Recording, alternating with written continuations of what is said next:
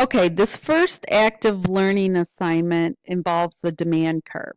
So you're going to draw a demand curve for music downloads and consider what happens to it in each of the following scenarios and why. What if the price of iPods falls? What if the price of music downloads falls? And what if the price of music CDs falls?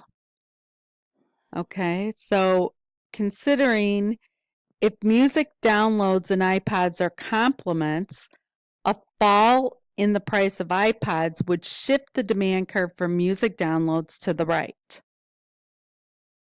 So the new demand curve is labeled D2.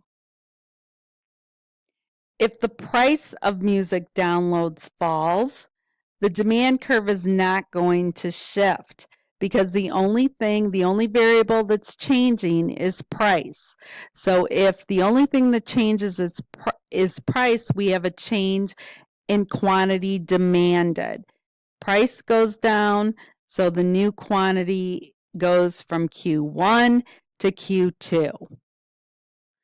If the price of music CDs falls, music CDs and music downloads are substitutes.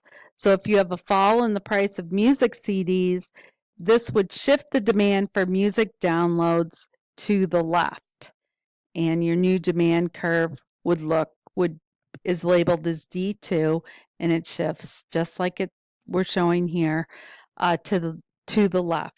So make sure in your notes that you've graphed all three of these things and bring them to class.